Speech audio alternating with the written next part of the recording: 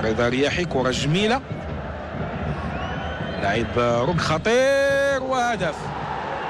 هدف لفائدة فريق الدفاع الحسني الجديد. كما قلت هذا اللاعب عنده إمكانيات، لاعب روك مولاي الزاهر، إذا كيستغل خطأ فادح في الدفاع ويسجل هدف التعادل. هدف يعني في الوقت بدل الضائع. هدف جميل.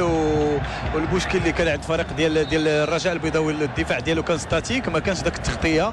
فكيفاش اللاعب يمكن ياخذ الكره بالظهر ديالو ويدور بالطريقه اللي بغا ويسدد في المكان اللي كان خصو يسدد، وهذا هو اللي بان. فعلا سجل الهدف ديالو ولاحظ التموضع ديال الحارس كان بعيد على الكره، تلاحظوا معايا حافظ على كورته بطريقه جيده.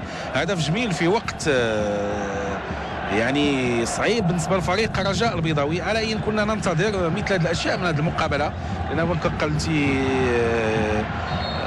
هشام، فالدفاع الحسن الجديد كيبقى دائما بانه يقدر يسجل في اي وقت، وهذا الشيء اللي حصل الان. يعني لم يكن احد ينتظر هذا